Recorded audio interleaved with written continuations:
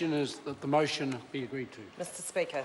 Dr Megan Woods. Thank you, Mr Speaker, and it's my pleasure to take a call on this, and I would like to acknowledge the Minister who has just taken his seat and taken this opportunity to come down to the House and give a speech in the second reading.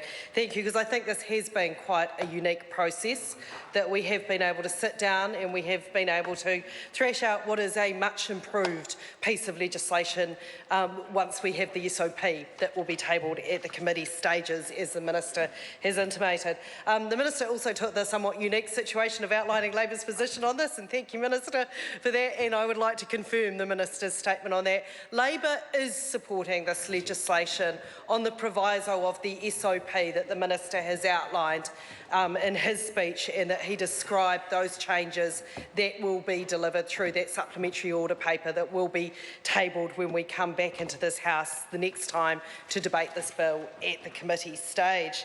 Because we can offer our support back on this bill, Mr Speaker, and I'm very happy that that is the case. The Minister talked about the need to have cross-party agreement on the issues that relate to the recovery, the regeneration and the governance of Canterbury around this. I think that this is important for Cantabrians. I think that we do need to have certainty as we enter the next phase of our history, and that Cantabrians can be sure that when the government changes next year, that there won't be major upheaval. So I thank the Minister for thinking ahead to that and for the work he put into that. Because, Mr Speaker, the reason why we withdrew our support after the Select Committee phase, the bill simply wasn't good enough for Cantabrians. The bill did not give Cantabrians the locally led recovery that they desired and the locally led recovery that they deserved and needed. And I would like to thank the Minister for recognising that. I think it's a pity that some of the government members of the Select Committee hadn't listened a little bit more closely at Select Committee and made that case a little earlier. But I'm very grateful that the Minister did, and that we are seeing much better legislation. Because, Mr Speaker, we are 5 years on from the SERA legislation. I wasn't a Member of Parliament when the SERA legislation was introduced into this House in the immediate aftermath of the February quakes. I was in fact campaigning for the Wigram seat at the time. And these were emergency powers for extraordinary times. And I think we can all think back to 5 years ago in Christchurch and what it was like. We no longer see what looks like tanks in supermarket car parks, which is, I think, something that we're all very pleased that we've moved past that. We no longer have the military manning a cordon around our CBD. And sometimes it's very hard to think back and think that that was only 5 years ago, or that that was even 5 years ago, that we were seeing these sites on the streets of Christchurch. And for the Labour Party and the bill that emerged, and is actually the bill that's sitting on the table here today, hadn't moved sufficiently past this phase of our recovery.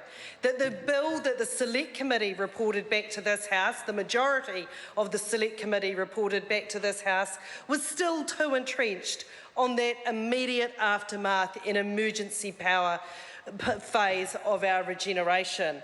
That we know that there is a difficult balance that needs to be struck in Christchurch. We have never advocated in the Labour Party that now is the time to return to business as usual, to go back to and pretend the earthquakes had never happened and completely put everything back as if it were. And I think that the work, the Minister alluded to the Transitional Board's report, and the report that they produced, led by Dame Jenny Shitley, made it very clear that there was an intermediate step that was required before that return to business as usual.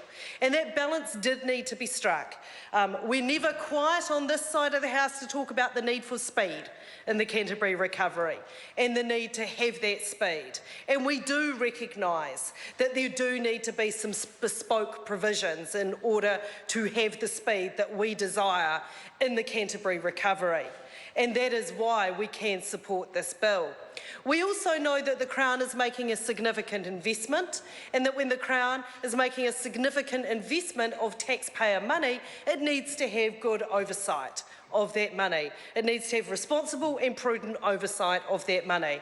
And I think that what we are seeing here gives the Crown that oversight and that responsibility that it should take for taxpayer money without having to have overreaching ministerial powers that were only ever going to serve as a roadblock to the recovery of Christchurch. So I think that we have come a long way in terms of getting that balance right.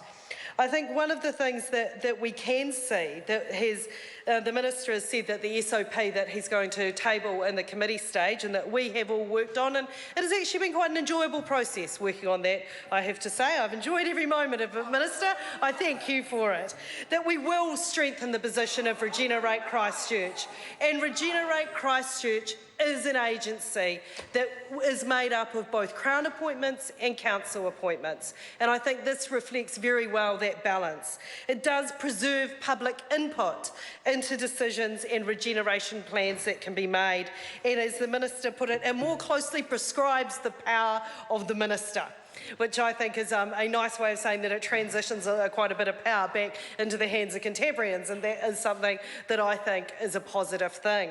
Because, Mr. Speaker, the submissions made it very clear, and there was two very strong themes that came through from the submissions that the Select Committee heard, that local leadership was something that came through time and time again, that 80 of the submitters focused on this as an issue that was something that needed to be given strength.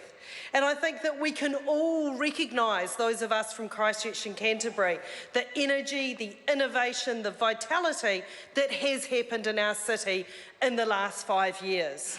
And for us, it is that energy, it is that innovation, it is that creativity where we want the next 5 years to lie. That we think Cantabrians are going to make good decisions about their future. I celebrate a lot of things that are happening in our city that never would have happened before the earthquakes. Just last weekend I spent time on an intersection in Riccarton painting the road. We made a painted intersection in Shan Crescent. The idea around this, taken from Portland, Oregon, is about bringing communities together and having the ability of communities to think, just because it's not usually done doesn't mean we can't do it. And that's the kind of spirit that has got to define the next 5 years in Christchurch. People taking charge of their lives. Now, Mr. Speaker, I wouldn't like everyone to think I've got too carried away talking about how much I've enjoyed this process. Of course, there are questions that we still have around provisions of this bill, and they are questions that will be fully discussed in the committee stages as appropriate of this bill. There are questions that we need to ask about how the agencies are going to work, and the Minister alluded to that we're replacing one agency of the Canterbury Earthquake Recovery Authority with several agencies, some of them Crown and some of them Council. How are they going to work together? What are going to be the limits and the transparencies around those agencies? How is it that we're going to ensure that all that is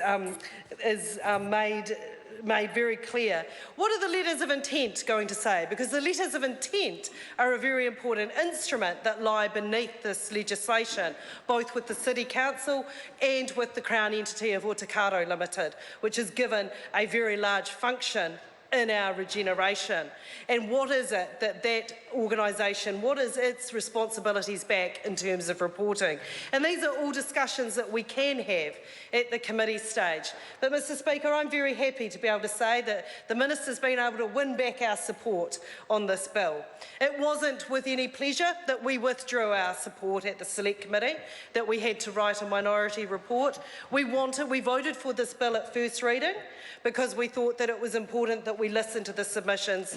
We listened, and we're very pleased that the Minister also listened to the very able submissions that were made on this bill. Thank you very much.